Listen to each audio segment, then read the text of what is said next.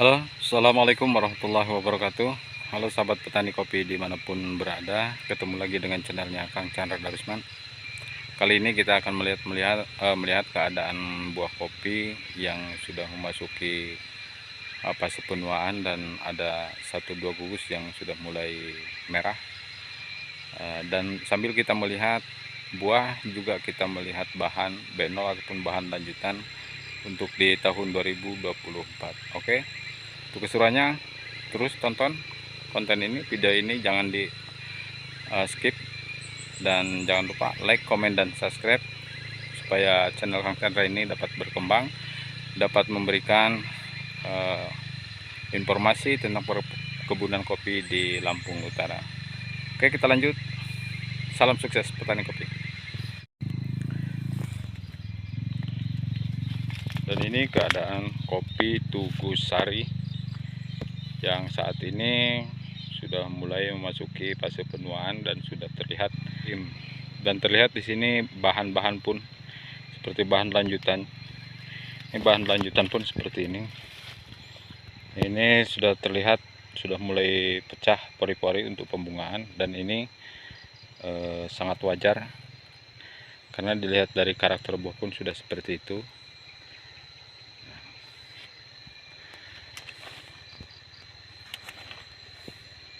Dan ini posisi kebun saya, ini kebun rehapan. Kebun ini tadinya kebun karet ya, saya bongkar, dan ini usianya sudah dari pembongkaran sudah 5 tahun dan penanaman kopi itu 2 tahun. Dan ini stekan ini, yang ini sudah paling awal, ini usia 3 tahun jalan ini, Tugusari, untuk Tugusari. Dan yang lainnya seperti stekan-stekan baru, ada ada Bagio, ada Arsat, ada juga Tugu Gundul.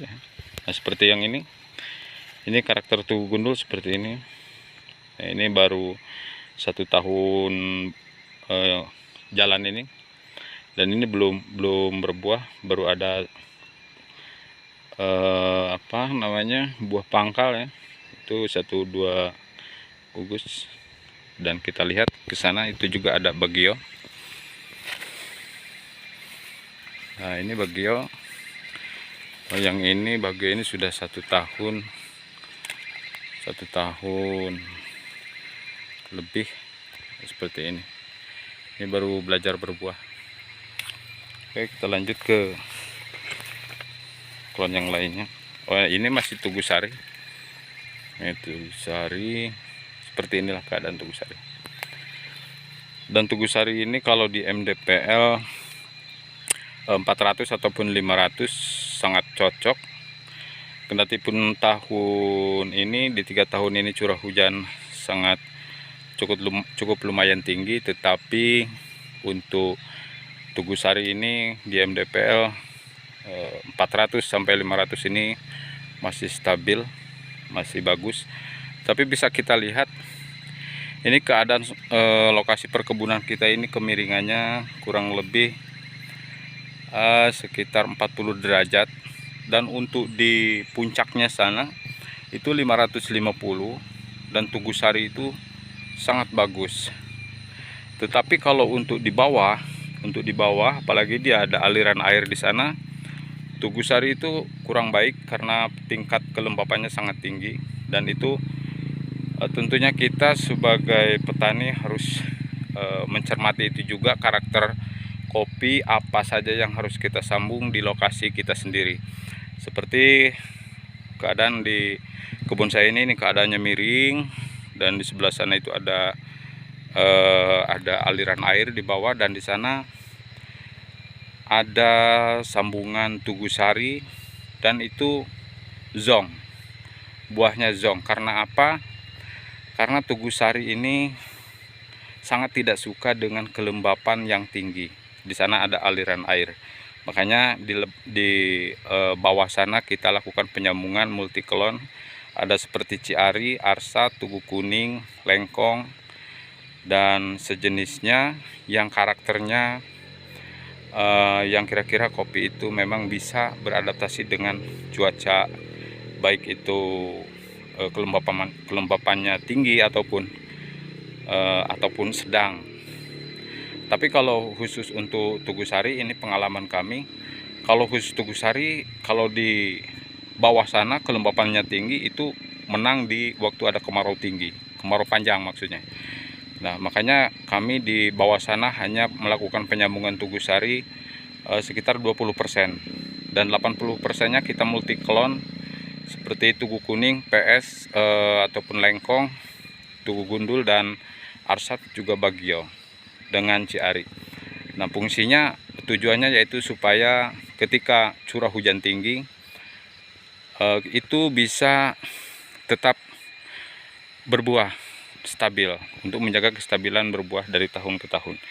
Nah, kalau untuk di dataran tingginya, karena cuaca panas pun itu sangat lumayan dari sinar mataharinya, dan itu adalah salah satu karakter Tugusari, itu sangat ingin dengan karakter cuaca seperti itu. Makanya kami melakukan penyambungan Tugusari lebih banyak dari yang di bawah sana.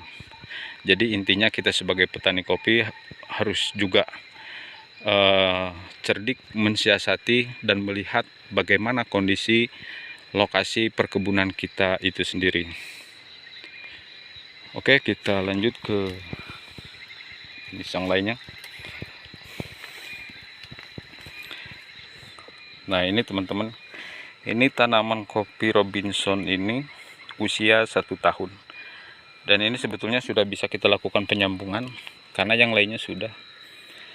Ini 1 tahun, ketika itu kita tanam polybekan, dan di bawahnya waktu itu kita penggalian pengomposan terlebih dahulu, lalu kita tanam, dan kita memberikan pupuk kimia seala kadarnya untuk memberikan rangsangan pertumbuhan untuk kopi ini. Dan ini sudah seperti ini.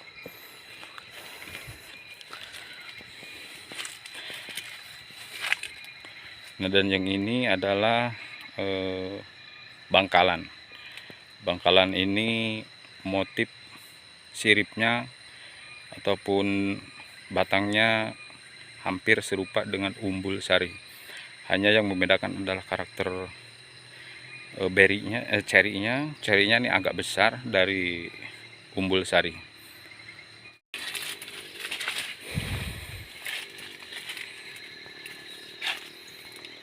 Nah, itu PS Cobra yang buahnya putih, dan sebelah sini PS Monyong. Ini Tugusari, dan ini bahannya. Nah, ini bahannya alhamdulillah cukup lumayan panjang. Coba kita hitung.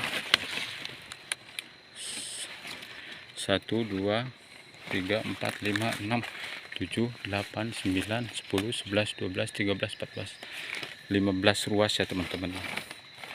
Lumayan, dan ini sudah mulai pecah. Untuk tanda-tanda pembungaannya sudah mulai membuka, dan kita lihat juga dari karakter buahnya juga itu wajar, karena ini sudah memasuki fase penuaan, sudah mulai kuning. Nah,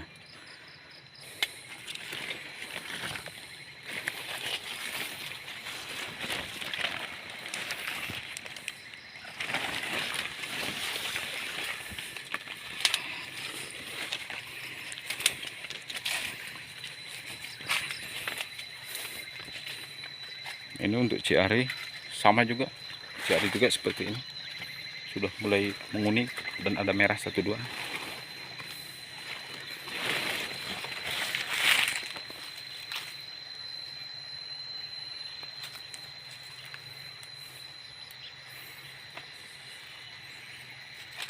Nah, ini sambungan Bagio, belum ada 1 tahun, belum berbuah.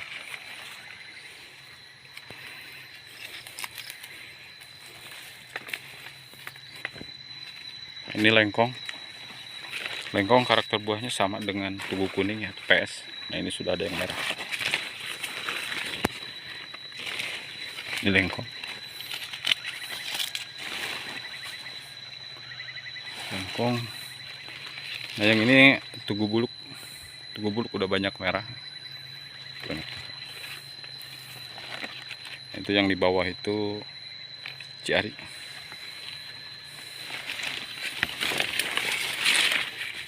Ciari udah mulai ada merah 1-2.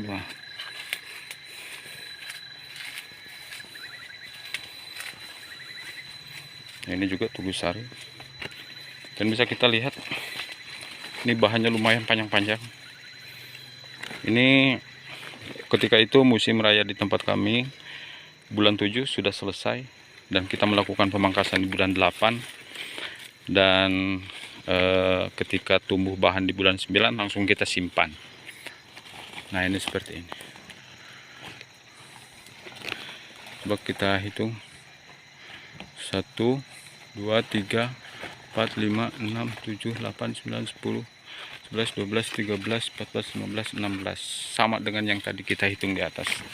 Seperti inilah kalau penyimpanan setelah pemangkasan. Untuk saat ini itu rata-rata di atas 14 dan 15, ada yang 16. Dan ini pun masih terus bertambah sampai tiba waktunya pemekaran bunga serempak.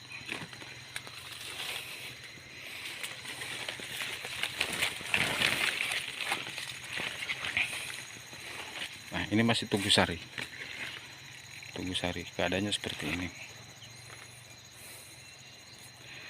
Dan kalau untuk Tugu Kuning, nah, sudah bisa kita panen. Merahnya sudah hampir merata.